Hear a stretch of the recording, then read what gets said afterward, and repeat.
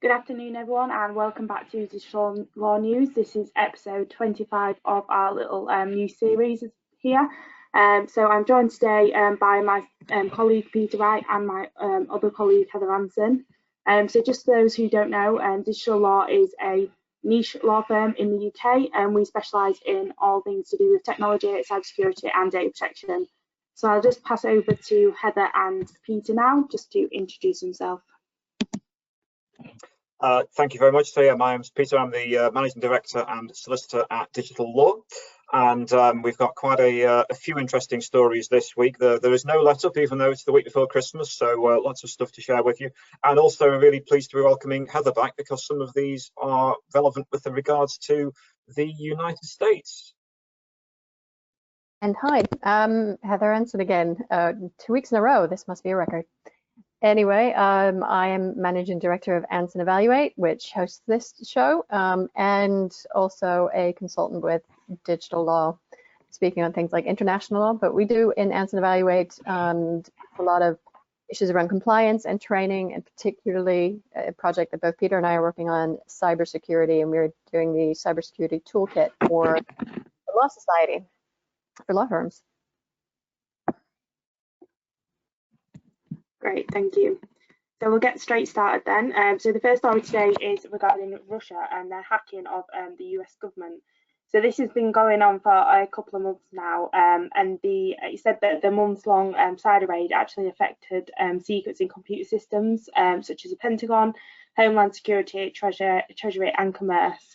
It's also targeted Americans' allies and large corporations as well.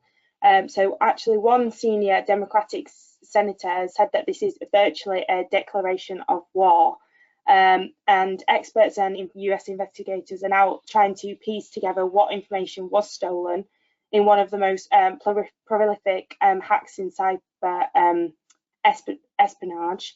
So hackers are believed to have installed a backdoor snooping code into the software, which was produced by a Texas company called SolarWinds. So SolarWinds is an organisation that helps run computers across the US government and many businesses across the US as well.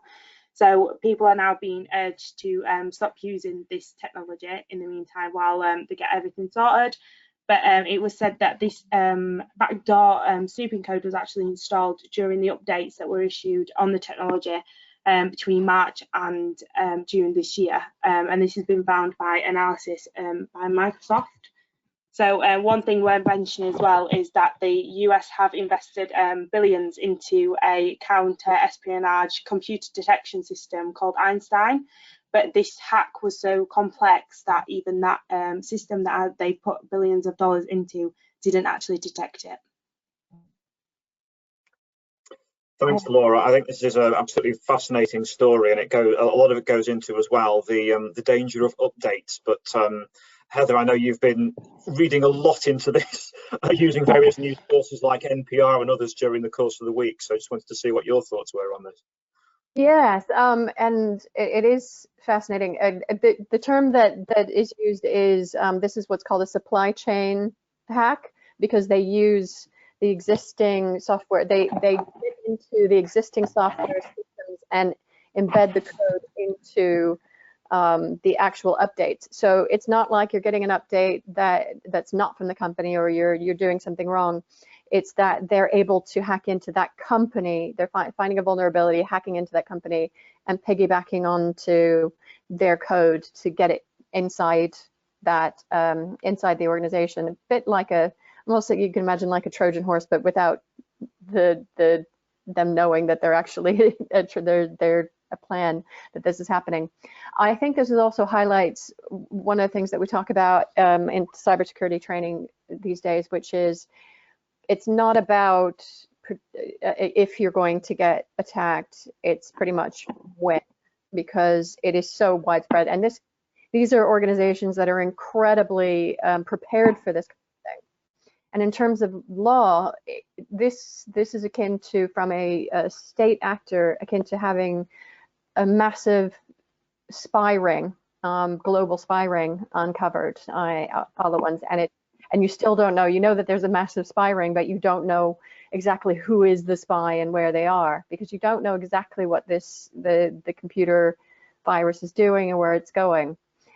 It also highlights certain things that I like to talk about with firms is you don't always want to go with the most popular thing, because we know Microsoft is one of the targets of this, and Microsoft is a market leader. But SolarWinds itself, their program, which was used to run, it helps manage networks, infrastructure, IT infrastructure, systems. It's basically a systems administration system that's so popular that almost every U.S. government agency was using it. A large majority of Fortune 500 companies, the UK government and many governments were using, even Microsoft was using. So it became such a giant in the market that hackers saw that as the way to get in and have probably been working on it for years. The other thing that happened with this hack that we know of so far is from FireEye, which is a cybersecurity firm, and I believe Peter's actually worked with them before, or at least had some communications and worked with them. And what they are a really well-known and very good worldwide cyber firm, but they were hacked with this. And one of the things they've been able to determine was done through this hack was that whoever hacked was able to obtain tools that FireEye themselves had developed to spot vulnerabilities in programs. So now these people have tools that will allow them to spot vulnerabilities, which is tremendous, which is how a lot of hacks are happening these days. So this has just jumped the hacker world into a whole new game, because they now have these specialist tools that FireEye has developed. It's interesting now because we've got two sides of a cybersecurity protection coin, right? You have the fact that you should be worried about vulnerabilities in a program, so you should update patches when they come because those help cover up vulnerabilities. But you also need to be careful about your updates, because your updates may have this in there. So yeah, for anyone who's out there who's frustrated with this, we understand, but that's why you have to approach cybersecurity these days with not just how to protect yourself from getting hacked, but also what do you do when it happens, because it is now just a matter of when, not if. Yeah, I find it interesting that it was FireEye's own systems that ended up being compromised by this, which then put them onto the fact that, oh, this is what it actually is. It took them time to work out exactly what it was before they could then take action over it and alert the everyone else that had been compromised through this SolarWinds weak spot. And it's the fact that this was going on for months. I mean, I think this is the bit that very often people tend to miss when it comes to different types of cyber intrusion, is that this was in place for months and months, with information being squirreled back to Russia, it looks like. I believe, is it Cozy Bear or something, one of these hacker collectives that they think is state-sponsored. I think the FBI is saying they think it's them behind this. Yeah. And I mean, there's more coming out about it every day, but I think you and I were talking about this a few days ago, and didn't you say there was, like, is it US Nuclear Command or something? Literally, the people responsible for the nuclear weapons, their systems have been compromised. That's how deep this goes. It's actually those in charge of the nuclear reserves. So it's not. It's bad because it's bad because they haven't hacked into the nuclear button. They can't. They haven't gotten into the systems that actually launch nuclear weapons. But it's the second worst thing, which is they've been able to get into the systems that monitor and know what's happening and going on with all of the nuclear materials that are owned and stored by the U.S. government. But mentioning FireEye, though, I think it was actually tremendously good and brave of FireEye to actually come forward and say, okay, we're cybersecurity leading experts in the world, yet we were hacked. It meant a lot for them to come forward and say, yeah, even we got hacked, so you need to pay attention to this, because I think too many companies are still the view that, oh, we can't tell people that this is happening because that will reflect badly on us. This is they in a sense created a watershed moment for transparency on that. If you're one of the leading cybersecurity firms in the entire world and you can admit being hacked, then nobody should feel bad about being hacked at this point. I mean, I think the other takeaways that I felt for this is, one, the US government had its own counter cyber threat system in place. There's this Einstein system that didn't tell them that they're being compromised. And I think very often we sometimes speak to clients who go, oh yes, we've got this great technical system in place, and I'm not casting aspersion over here, but just some of the systems that are out there, like Darktrace, FireEye, and others, they will protect networks, and organizations will pay a lot for their services. But I think this typifies that just because you are paying for someone to provide their sort of security shield and wrapper and tools that try and spot and tell you through AI that, oh, you're being compromised or you've had some suspicious logins, just because you've got that doesn't mean that you are entirely 100% safe and secure.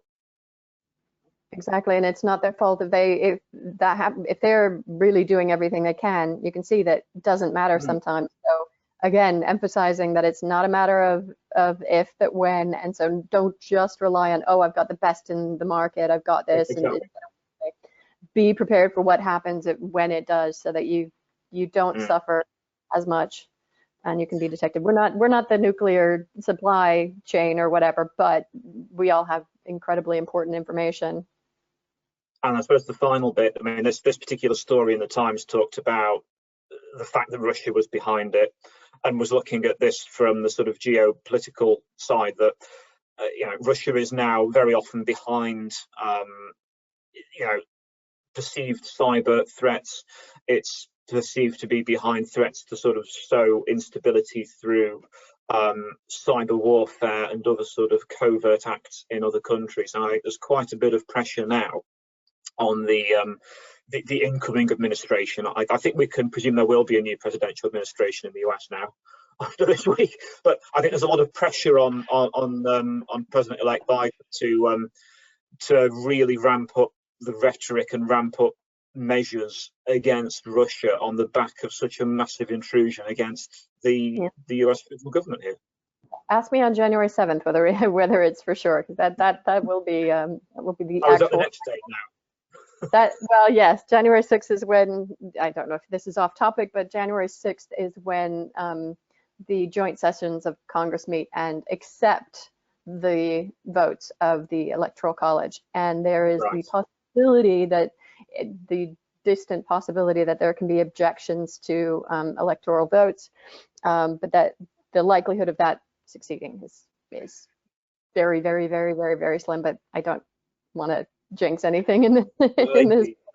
I think your position has always been that until he's actually been inaugurated and his feet are under the desk, you're not taking anything for granted.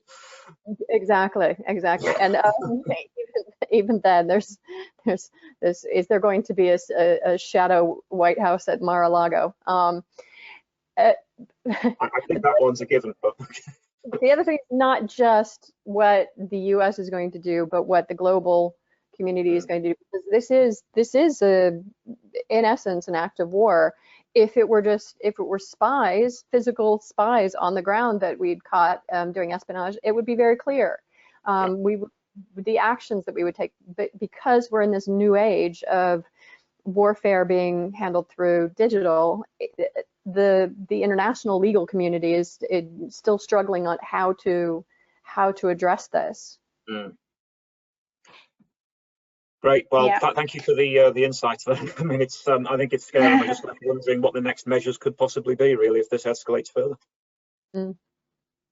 Yeah, absolutely. So we'll move on to the next story then. So this is regarding Google and warned over a potential data breach after global outage. So I think it was earlier this week or maybe last week when Google's users actually suffered a outage in their systems. So Gmail users have been warned about a potential data breach after Google service went down for millions of people across the world. Experts have said that the sky's the limit when this went down. Anybody who would have been able to hack into the service during this outage could be able to access millions and millions of data, obviously. So it comes after services including YouTube, Google Meet, Hangouts, Google Maps, Google Docs, Google Drive and Google Calendar went offline on Monday. So Google have come back with a statement and have denied hacking had any part of to play.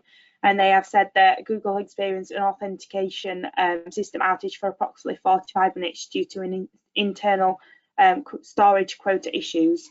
All services have now been restored, and we apologise to anyone affected, and we'll be conducting a thorough follow-up review to ensure that this problem cannot recur in the future. So I just think this is just a reminder, and that even the biggest of software companies can actually go down, and don't just trust the big names, basically. Indeed, don't trust the fact that, you know, just because it's Google or whoever, don't trust it will always be there and always working around the clock for you. Mm-hmm.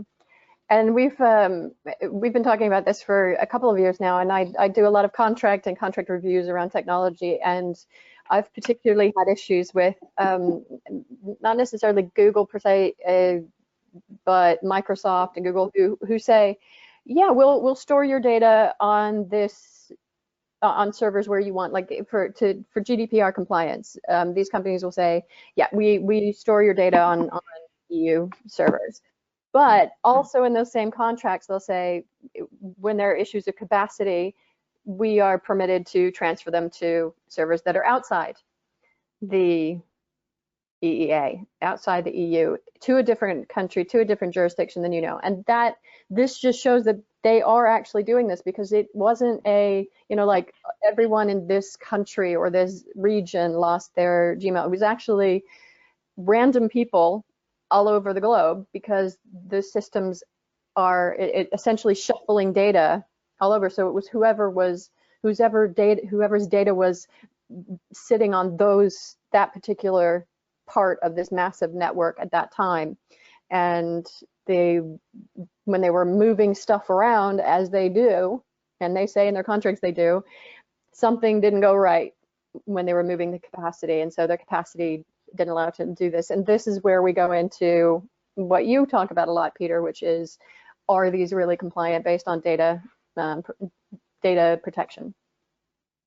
Exactly, that's the big danger when it comes to these providers.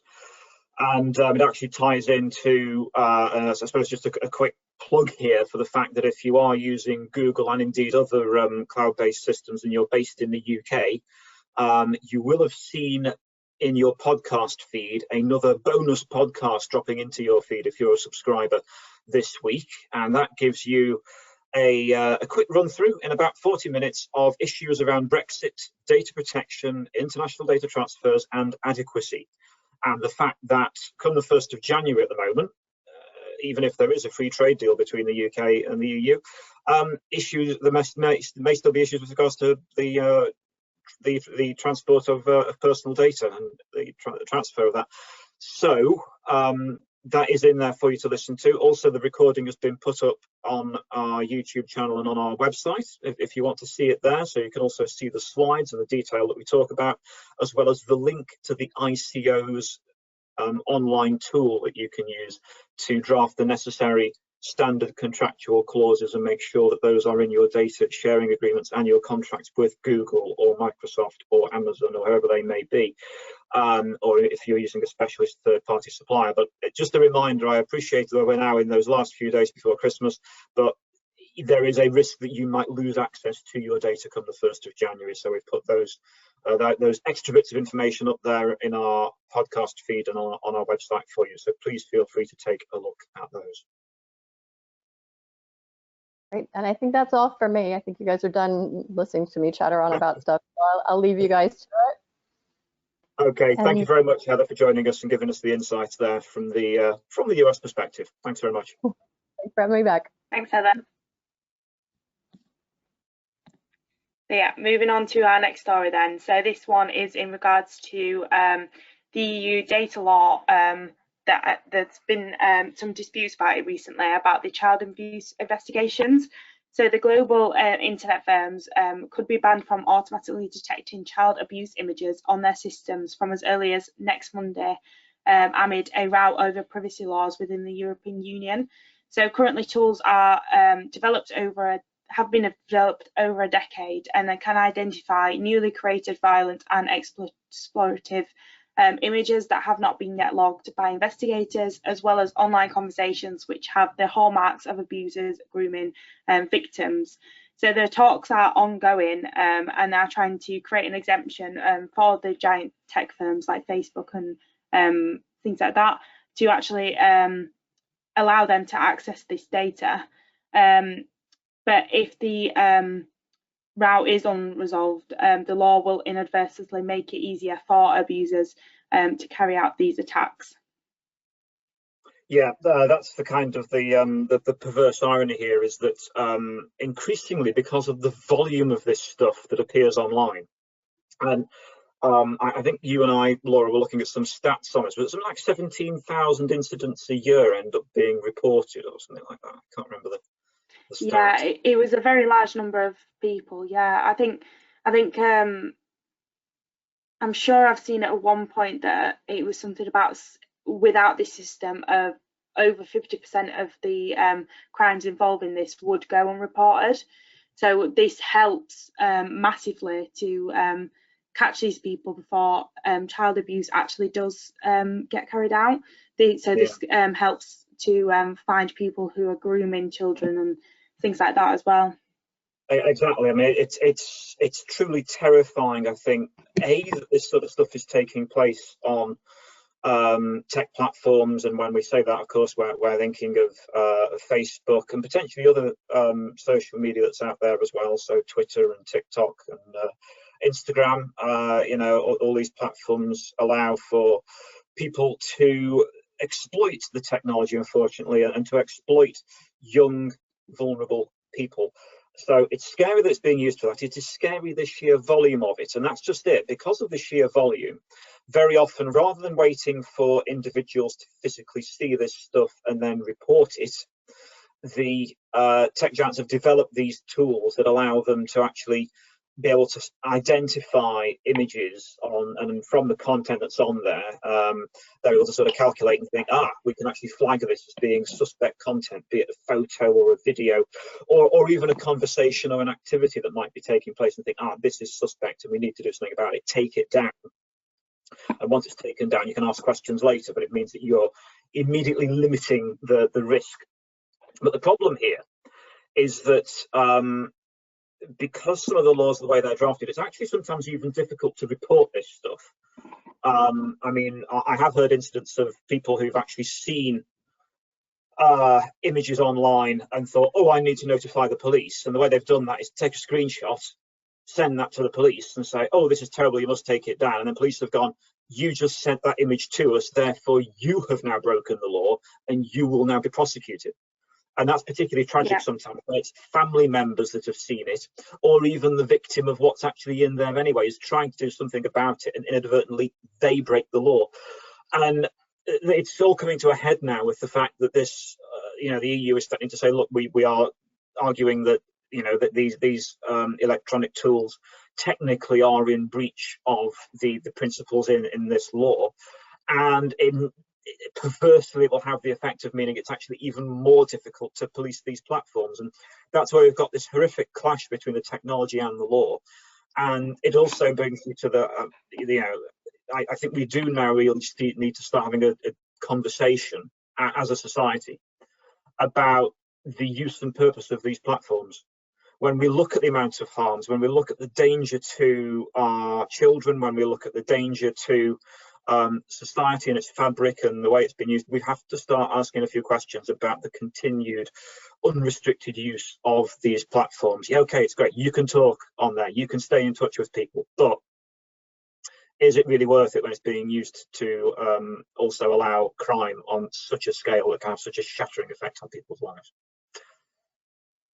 Yeah, absolutely. I think that's even more important this year when everybody, people who probably didn't have social media before this year have probably got on it this year just so they can stay in touch with their loved ones as well. So I bet the amount of people actually actively using social media has gone up massively. So yeah, I think this is the time that we need to start looking at things like this.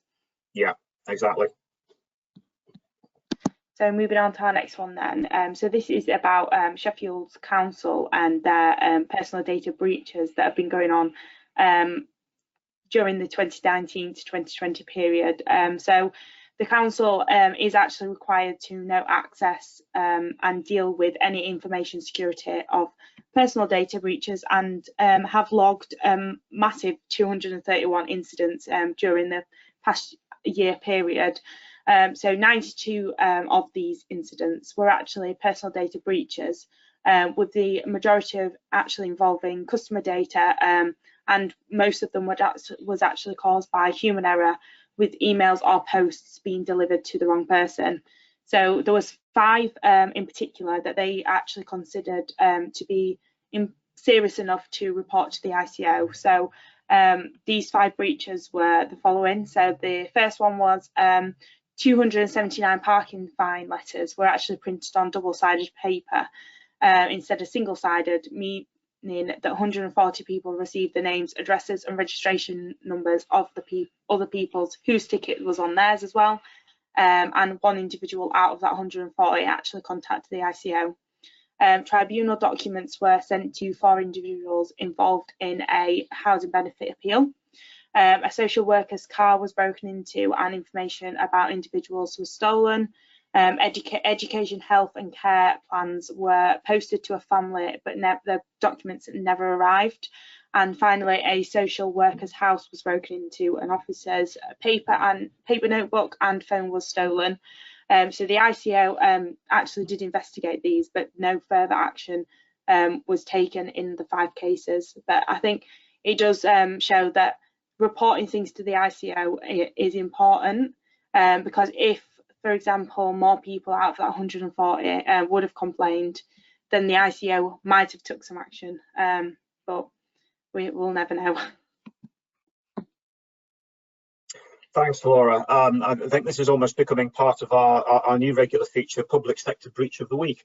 I mean, the scary thing there is the fact it's 231 incidents, and you're almost on one breach per working day of the year there, and that almost suggests that this is endemic, that it is almost accepted that these problems will occur when the sheer volume is that high, albeit 92 of those related to the human error with emails and the parking tickets. I mean, that it is still a huge volume of inadvertent breaches, and it seems that the majority is classically, when I was advising on sort of data protection 10-15 years ago, the famous instances where the ICO would find someone were because a hard copy report was sent out with the wrong cover letter, or someone would receive a letter and a report, and then underneath it someone else's report underneath that, where someone had just picked a load of papers up off a printer, shoved it into an envelope and posted it without checking exactly what was in there. And now we're into the same thing with email, where you've got the wrong recipients on there. The hell of some email programs that try and populate when you type in the first part of an address. It tries and supposes who it is you're trying to speak to, and then you select the wrong one, and that is just leading to these sorts of errors, unfortunately. And like I say, it's endemic there. But I don't know what's more sad, the sheer volume, or then the fact that, I mean, I'm pretty sure that probably more than 5 of those should probably have been worthy of reporting to the ICO, but even then the ICO has taken no further action. And I think this actually also raises the point over the fact that the ICO very often will take action if people who are the data subjects, the victims of data protection breaches, actually get in touch with them and say, my data has been breached by this organization. And if they then receive, say, 15, 20 people getting in touch and saying, look, my data's been breached, in that instance, they'll go, oh, right, people are sufficiently upset to have contacted us, and they'll take action. in this sort of scenario, you almost wonder if they've looked and thought, well, no one, apart from the self-reporting from the council, none of the affected data subjects have contacted us, so they must think it's okay. So we won't take any action. I think this actually highlights the importance that if you get a communication from the council or whoever it may be, and they say your data has been breached, well, I'd report that to the ICO. I'd say I'm really cheesed off and upset about this, and this is, list the things that you are aware have been breached, to say, and I'm highly upset about this, and then that actually increases the likelihood of regulatory action by the ICO. Bearing in mind that doesn't necessarily mean that your local authority or whoever it might be hit with a fine. It could be that at least the ICO issues an enforcement notice and says, we will, we want you to improve your standards, and we'll come back and check next year to see if you have. Those are the sorts of tools that the ICO has available to them. But I think if data subjects aren't making it clear that they are annoyed about this, then sometimes if the ICO goes, well, they aren't sufficiently upset, whereas we'll look at these other things, like for example, the BA customers. Well, thousands of people got in touch about that, so they fined BA 10 million. Yeah, I think absolutely. I think a lot of people are becoming more aware of the rights in terms of data subject access requests and things like that. But a lot of people don't know that the ICO is a thing still, and that they can actually report this to the ICO. And I know regarding the enforcement and things like that, throughout this article as well, it mentioned the period of 2018 to 2019, and there was the same, roughly about the same, maybe a little less or a little more breaches the previous year. So clearly, if anything, this is getting worse, and maybe having some type of enforcement, even if that is just a warning from the ICO or an further investigation, would make them kind of improve their standards a little bit, just so that this number is going down, because having 231 a year is a lot, even if that is just a few emails there here and there. Exactly, and that's a really good point, Laura, that it's clearly endemic when it's, like you say, a similar figure the previous year. I would be very interested, because of course that 231 is from 2019 to 2020. Well, I wonder if you can imagine, with the council in March having to send people to work from home, I wonder if the amount of breaches will have increased further. I suspect it will have done. Yeah, and I think as well, like 231 might be what they've recognised.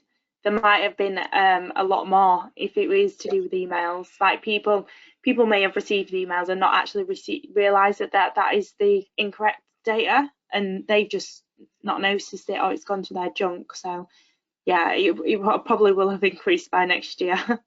Yeah. So moving on to the next one then. So this is about social media and free speech. So social media companies will soon have a duty to be impartial and will be barred from removing comments because they are controversial. So the statutory duty will be enforced by Ofcom, which is the broadcasting regulator, and companies that fail to meet this duty could actually face multi-million-pound fines or actually be blocked from operating in Britain. So the legislation will also include measures to protect freedom of speech after concerns have been raised that the powers could prompt social media companies to take down posts unnecessarily. So one source that the government is very familiar with has actually said they are concerned that social media companies are actually removing legitimate content on the grounds that it is controversial and actually limiting people's freedom of speech rather than because it is harmful or inaccurate, which Facebook should be removing. So this legislation will also include robust protections from journalism and comment on news websites as well. Thanks, Laura. I mean, this is a really difficult subject, isn't it? I mean, you and I have been at on workshops where we've looked at, hypothetically, how would you draft hate speech? And it is fiendishly difficult, because what one person might construe as being, well, you're spreading hate and you're spreading this, is someone else's freedom of speech. And it is very difficult to arbitrarily turn around and say, this content is fine, whereas this content is in breach of our guidelines and therefore we're taking it down or we're freezing the account.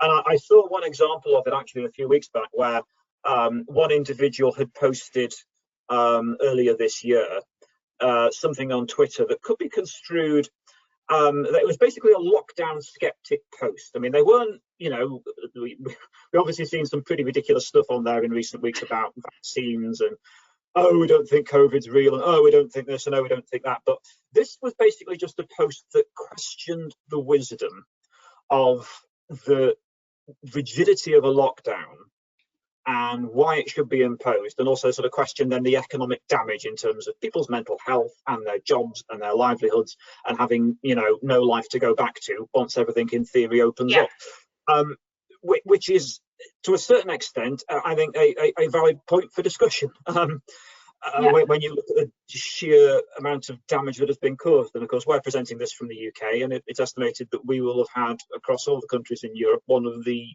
worst economic impacts from the virus in 2020. So, and that post had been that individual's account was then locked, and the post was taken down by Twitter, and that's just it. I think that typifies the danger of this. You know, as I say, one person's hate speech or illegal content is someone else's freedom of speech and the freedom to raise what could be a legitimate point of discussion and concern. So it's good to see that I think the Ofcom's trying to look at this. I think one of the issues very often is that people see that their accounts might have been locked or taken down for reasons that very often don't make sense to the users. I've known people who've made perfectly legitimate posts on social media and suddenly had their account locked for a day or a week for stuff that, when I've looked at it, and I've looked at a lot of really nasty social media posts over the years, but sometimes you look and think, well, that's pretty vanilla, really. And I think, therefore, it's interesting. I mean, I'm not necessarily a fan of government getting involved where it doesn't need to, but in this instance, I think there is a need for the protection of that sort of element of civil liberty when it comes to freedom of speech, but also I think for people to have clarity on if a post is taken down, well, why? If an account is locked, well, why? What is the criteria used to take something down or to put it back up? And I think also in these proposals, it even talks about, for example, just clear customer service. So you can get in touch and get a clear answer in plain English, giving you an answer to your query in terms of why the thing was frozen or taken down. So it's sort of looking to put greater controls on social media. And it's interesting that the UK is looking at taking these measures in the same week that in Europe you've had the Digital Services Act has been published, along with the Digital Markets Act, which looks at, the Digital Services Act in particular looks at measures around content and its policing overall. Though the contrast here is that the UK can take these measures comparatively quickly. So having published these, it could end up becoming law in 2021 quite easily, whereas it's looking like the Digital Service Act and Digital Markets Act probably won't become law until about 2023 across the European Union. So the UK may benefit there from being able to actually take some measures to get to regulate the tech firms in this instance more speedily than may be the case in Europe. Yeah, absolutely. And I think this is it is quite important. This I think some big tech firms like Facebook and Twitter and Instagram don't really know what to remove. So hopefully this will give them more clearer guidance on what should be removed and what should be kept up there, and maybe actually open kind of like a helpline or something, just so they can ask for advice when they need it. Because if this is going to be enforced, there's probably going to be someone there who will regulate this as well. Exactly. I mean, we can keep looking back at when Mark Zuckerberg appeared before the US Congress Select Committee at Congress a few years ago, and you know, as different senators were asking their searching questions, and at one point he turned around and said, "Look, if you don't like what we're doing, regulate us. Tell us how you want us to do it." So I think there is a need for governments to make clear what sort of standards they want the tech companies to follow. Perhaps having given them the unremitting freedom that they've had so far has led to some other problems with the system. So while I don't think you want massive overbearing regulation that stifles innovation and creativity in the digital sphere, perhaps the setting of some guardrails in place, which it looks like these measures will be, would actually be a good thing. Yeah, absolutely. So just moving on to our final story for today then. This is just a, and finally story, as Peter likes to call it. So this is just a basically warning from the banks about the Christmas parcel delivery scams. So people are being warned to watch out for parcel delivery scams during the postal rush. So obviously it gets busier during this time and after Christmas as well, with the Boxing Day, everybody getting their last minute presents, and criminals are actually imposing as well-known companies and trying to actually pretend to be a delivery company and saying, look, we've tried to deliver your parcel, we cannot deliver it, please pay here and we will deliver it at a different time. So basically rearranging the delivery slot. And like DPD and Hermes and things like that, you do get 3 free delivery slots, or they try and just put it with your neighbour or leave it in your garden or something. So this is not genuine, and customers are then being tricked into clicking onto links, paying and handing over their information such as their address, date of birth and bank details, and then this information is actually being used and extracted by these criminals and used to commit fraud as well. So it has been reported that some victims are receiving calls from the criminals as well after the hack has taken place, pretending to be their bank's fraud team. So trying to persuade them to either hand over the passwords for the banking details or even the bank details themselves, and saying, we want to move your money to a safe place, can we help you with that? So I think this is just basically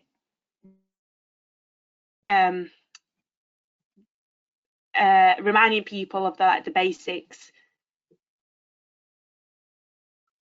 with phishing and things like that as well. So look out for genuine emails and genuine phone calls, and always check the actual intended recipient and not just a random person on the other end. Thanks for that. I think it's a really timely reminder, this, that it's a bit of a golden opportunity for hackers when, you know, that they compose as the delivery company, because let's face it, this year, in all the years, I mean, we were doing a lot of online shopping in previous years, but even more of it this year, particularly after the lockdown in November and all the shops being closed, then therefore you can quite easily pose as Amazon or Hermes or the Royal Mail. And more often than not, someone's going to click on what they think is a text or an email from them, because they'll think, yes, I have ordered something. I am expecting something to be delivered. So you tend to, your sort of natural built-in, even now, your sort of natural built-in caution when applying to these things might be inhibited in December, because everyone's now just worried about, am I going to get everything delivered before Christmas? Bearing in mind the pressures on delivery, bearing in mind the restrictions we've all got with our COVID Christmas as well. But then everyone's thinking how important it is to get everything delivered, because you can't go to the places that you might want to do. You might not be able to see the people that you wanted to, but everyone's thinking, well, at least the thing that I've ordered will hopefully turn up and we can enjoy that and watch that or do whatever it is over Christmas. So everyone's guard is down. And that's where this risk really does come in. So really, it's a matter of reminding yourselves of the sort of hygiene around these communications. You know, if you receive a purported link from Amazon or Hermes, does the link contain a URL taking you to that site, or is it something entirely different? You know, checking the delivery details, asking yourself the question, hang on, we've already received that, so why are they purporting to be from that organisation? So I think, it's crucial to still be mindful of the threats that are out there, making sure that the scammers don't have a better Christmas than you do.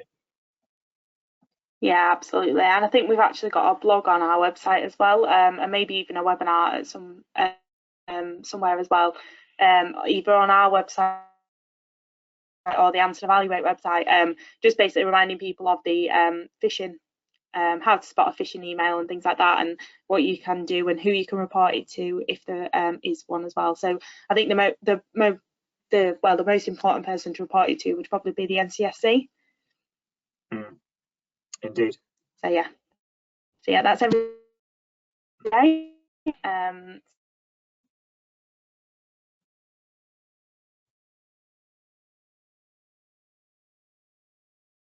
I think I've just lost you there, Laura. So I'll just tell everyone about the GDPR manual. So yes, we've got our GDPR manual there, a reduced half price offer.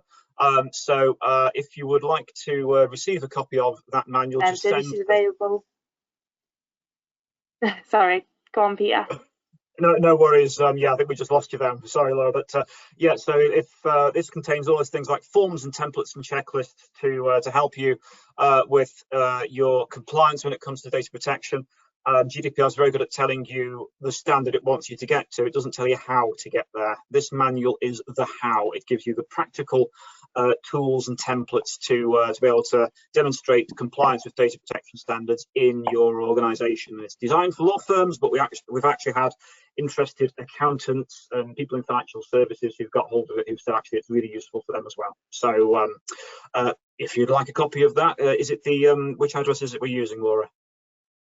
Either the admin at ansonevaluate.com or events at Anson Evaluate, or even just drop us a line to the digital law email as well. Yeah, so thank you once again for listening. This recording will be available as a webinar on our YouTube channel, on our website, and will also be available as a podcast as well. There probably won't be an episode for the next 2 weeks, with it being the Christmas holidays, but we will be back in January for some more episodes. So thank you once again for listening, and Merry Christmas to you all.